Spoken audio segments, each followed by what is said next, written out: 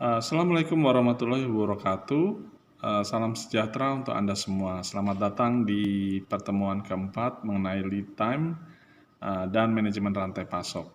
Semoga pertemuan ini dapat bermanfaat untuk Anda. Dan saya berharap Anda dalam keadaan baik dan sehat dimanapun Anda berada.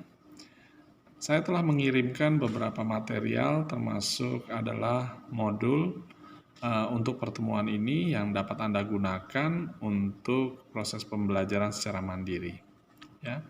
Sasaran dari pertemuan ini adalah untuk mempelajari beberapa hal, diantaranya kompetisi waktu, alasan perhitungan waktu pada manajemen rantai pasok. Kita juga akan mempelajari mengenai siklus hidup produk dan penggunaan waktu sebagai strategi pada manajemen rantai pasok. Kita akan membahas tentang konsep dan cara pandang lead time itu sendiri, ya, manajemen pipeline logistik. Kita akan mempelajari tentang added cost atau biaya tambahan dan added value atau nilai tambahan. Kita juga akan membahas tentang lead time pemesanan barang dan strategi lead time yang digunakan dalam manajemen rantai pasok. Terakhir, kita akan melihat kesenjangan, keterbatasan, peningkatan, dan pengembangan dari lead time itu sendiri. Nah, waktu merupakan salah satu inti dari masalah logistik di dalam perusahaan dan bisnis. Bagi pelanggan, waktu adalah layanan yang dibutuhkan. Sedangkan bagi penjual barang maksudnya, waktu adalah biaya. Ya, semakin lama barang terjual, maka opportunity untuk mendapatkan laba pun semakin jauh. Dan biaya di sini misalnya adalah biaya untuk sewa, biaya dan lain sebagainya, ya. Sehingga waktu merupakan faktor kompetisi yang penting baik bagi pelanggan maupun bagi penjual. Kompetisi perusahaan yang besar umumnya itu berkisar dalam 3 elemen sebenarnya, yaitu harga, mutu, dan pelayanan. Dan waktu di sini termasuk dalam elemen pelayanan. Nah, makna dari kompetisi waktu ya itu merupakan pepatah yang relevan dengan inti masalah logistik. Waktu adalah uang. Bagi pelanggan, waktu merupakan salah satu bentuk pelayanan yang dibutuhkan, dikehendaki, dan diharapkan. Bagi perusahaan penjual, waktu merupakan biaya. Waktu merupakan faktor kompetisi yang penting dan merupakan bagian dari pelayanan.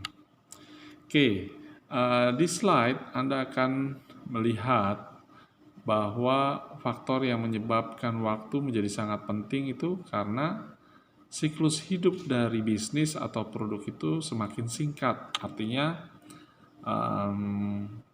dari produk itu di launching hingga berkembang dan menjadi produk yang matang itu menjadi singkat karena apa? Salah satu faktor yang mempengaruhinya adalah adanya produk-produk baru yang datang di pasar.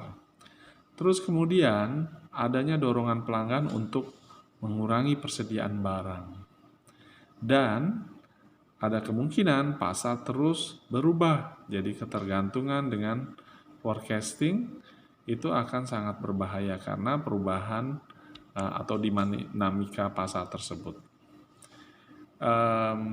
Di dalam pertemuan ini kita akan membahas tentang produk life cycle atau siklus hidup produk, di mana ada 4 tahap yang harus Anda ketahui. Tahap pertama merupakan tahap pengenalan atau introduction. Tahap kedua itu merupakan tahap pengembangan atau growth. Tahap ketiga adalah tahap di mana bisnis dan produk itu sendiri matang atau mature atau dewasa. Tahap selanjutnya sampailah pada tahap kejenuhan atau saturation. Dan yang berikutnya adalah tahap penurunan atau declining. Setiap tahap-tahap tersebut memiliki strategi dan kondisinya yang berbeda-beda. Dan manajemen rantai pasok diharapkan menyesuaikan perkembangan dari bisnis dan perusahaan tersebut di setiap tahap-tahap yang berlaku pada perusahaan tersebut. Contoh, mesin ketik atau typewriter itu memiliki siklus hidup yang makin lama makin pendek. Typewriter yang sifatnya mekanis itu memiliki siklus hidup 30 tahun. Bayangkan penggantinya electromechanical typewriter memiliki siklus hidup yang lebih panjang, yaitu 10 tahun. Sedangkan electronic typewriter memiliki siklus hidup hanya 4 tahun. Oke, waktu sebagai strategi itu masuk dalam konsep fast track system dalam pengembangan produksi, proses manufacturing atau pabrikan dan logistik itu merupakan strategi kunci dalam memenangkan kompetisi bisnis dan perusahaan. Terjadinya keterlambatan memasuki pasar akan mengakibatkan percepatan terciptanya persediaan tinggal guna atau obsolescent stock. Stoknya menjadi obsolescent atau ada sisa ya dalam bahasa mudahnya. Nah, dorongan pelanggan untuk mengurangi persediaan barang itu akan terjadilah pengurangan jumlah persediaan, akan mengurangi biaya-biaya penyediaan material. Kemudian layanan dapat ditingkatkan dan biaya dapat dikurangi dengan menekan waktu dalam supply chain atau rantai pasok. Anda akan juga melihat situasi jika terjadi pengurangan persediaan. Nah, waktu dan forecasting itu sangat berkesinambungan. Kenapa? Karena pasar berubah. Permasalahannya adalah ketidakakuratan dalam peramalan tersebut. Jadi di dalam bisnis atau pemasaran produk, Anda harus melakukan forecasting yang seakurat mungkin. Nah, penyebabnya pasar yang selalu berubah-ubah itu harus Anda ikuti. Metode yang kurang akurat, maka lead time-nya bisa semakin besar dan akibatnya menambah biaya perusahaan atau biaya bisnis Anda. Nah, cara yang biasa dilakukan oleh perusahaan atau banyak pebisnis adalah dengan memperpendek lead time itu sendiri. Nah, sampailah kita masuk pada konsep lead time itu, ya. Apa sih sebenarnya lead time? Secara umum, lead time merupakan waktu yang diperlukan dari proses awal pemesanan sampai barang diterima oleh pemesan. Atau lead time dalam bahasa yang sederhananya disebut waktu tunggu. Di dalam lead time atau konsep lead time ini ada dua sudut pandang yang sejalan sebenarnya, bukan berbeda. Harus sejalan karena yang satu sisi itu adalah sudut pandang pelanggan.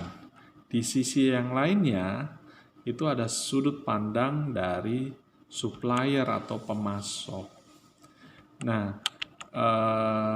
itu tergantung dari keinginan dan kehendak masing-masing komponen, tapi diharapkan Anda memperhatikan keinginan dan kehendak dari pelanggan. Nah, di dalam materi ini kita juga akan membahas tentang komponen the order to delivery cycle. Termasuk diantaranya adalah bagaimana proses pemesanan dari pelanggan, bagaimana proses pencatatan pesanan, proses pemesanan produk, proses pembuatan atau penyiapan barang, serta proses pengangkutan itu sendiri. Nah, ada berbagai macam penyebab waktu proses tersebut, ya. Di materi yang telah saya berikan ada contoh-contoh bagaimana menggambarkan waktu rata-rata yang dibutuhkan untuk masing-masing proses tersebut. Dalam pertemuan ini kita juga akan menyinggung tentang cash to cash cycle. Karena apa? Perusahaan sangat berkepentingan untuk segera mengkonversikan atau mengubah suatu pesanan ya menjadi sebuah value atau penerimaan yang biasanya dalam bentuk uang ya. Pada hakikatnya tidak hanya lead time dari proses order ke proses penerimaan uang, tetapi sejak proses pembelian bahan baku bisnis Anda atau perusahaan tersebut sampai menjadi uang atau pemasokan hasil penjualan tersebut yang kemudian melalui suatu proses panjang itu dinamakan pipeline proses. Nah, ada beberapa ruang lingkup dari cash to cash cycle ya. Mulai dari pembelian bahan baku, penyimpanan bahan baku, proses produksi, kemudian barang itu menjadi barang setengah jadi, produksinya menjadi barang jadi, disimpan jadi barang jadi, kemudian ada proses transit, penyimpanan induk distribusi, sampai order to delivery cycle yang dalam artian proses sampai penerimaan uang tadi ya. Di pertemuan ini kita juga akan membahas tentang bagaimana manajemen pipeline logistik. Anda bisa mempelajari definisinya dari manajemen pipeline logistik. Apa sih tujuannya dari manajemen pipeline logistik? Tadi telah saya sebutkan mengenai added cost dibandingkan dengan added value. Dalam jaringan supply chain banyak ditemui kegiatan yang justru menimbulkan biaya tambahan atau added cost daripada menciptakan nilai tambah atau added value. Ya. Lead time juga bisa terjadi pada saat pemesanan barang, yaitu bagaimana dalam kasus-kasus di dokumen yang telah saya berikan kepada Anda bisa bisa melihat ya beberapa elemen pada saat cukup memberikan nilai tambah, kurang memberikan nilai tambah, atau tidak memberikan nilai tambah sama sekali. Anda juga akan melihat beberapa contoh, misalnya elemen pemesanan barang yang memiliki nilai tambah yang cukup. Misalnya pada saat waktu negosiasi tarif angkutan, waktu untuk membuat barang, waktu pengangkutan dari gedung ke pembuatan atau pelabuhan muat, waktu pengapalan ke pelabuhan tujuan, hingga pengangkutan dari pelabuhan tujuan ke gudang. Contoh yang terakhir adalah elemen pemasanan barang yang tidak memiliki tambah. Misalnya, waktu yang Anda butuhkan untuk mencari sumber pembelian, ya. Waktu mencari alat pengangkutan, waktu menunggu di gudang ekspedisi, waktu menunggu di gudang pelabuhan, waktu menunggu pengiriman ke gudang penerima. Tahap ini atau elemen ini dianggap tidak produktif, ya, karena Anda bisa menggantikan waktu tunggu tersebut untuk aktivitas-aktivitas yang lebih bermanfaat. Di materi ini ada strategi lead time juga, ya. Bagaimana strategi lead time pertama yang mempengaruhi supplier partnership atau kerjasama dengan supplier ya, atau beberapa supplier. Strategi lead time yang kedua itu ada perjanjiannya dengan supplier misalnya, ya. Lalu apa yang Anda lakukan jika suatu situasi membutuhkan usaha Anda perlu pengurangan tambahan biaya atau added cost. Anda akan jumpai di dalam materi ini, ya. Juga Anda bisa melihat terjadinya kesenjangan lead time dapat menimbulkan gejolak pada tujuan utama dari bisnis Anda, ya, atau perusahaan Anda.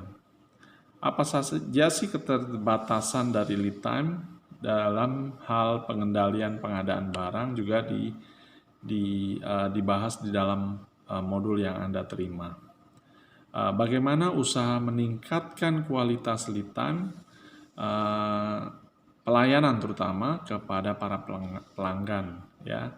Misalnya Anda bisa menetapkan safety stock, jadi persediaan pengaman, ya. Kalau saja terjadi stok misalnya face masker yang berlebihan, Anda bisa mendapatkan stok, sudah ada stoknya, ya. Kejadiannya malah kebanyakan toko-toko tidak memiliki stok untuk produk masker tersebut, ya. Dapat juga dilakukan stock replenishment, atau dapat juga Anda melakukan forecasting yang lebih akurat dan lebih baik, ya. Juga menentukan service level secara lebih terencana, dan Anda juga bisa melakukan strategi pembelian yang lebih baik, ya.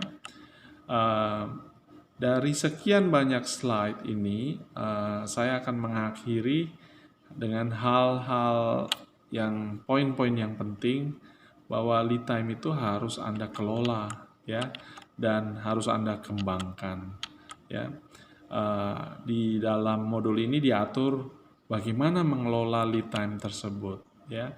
Ada beberapa elemen yang harus diperhatikan oleh perusahaan, ya, di mana elemen tersebut kurang memberikan added value bagi bisnis, ya. Anda harus bisa mengidentifikasi elemen-elemen yang tidak memberikan nilai tambah bagi perusahaan atau bisnis Anda, ya. Demikian materi ini yang bisa saya berikan. Terima kasih Anda telah menghadiri pertemuan ini. Semoga kita bisa jumpa di dalam pertemuan selanjutnya.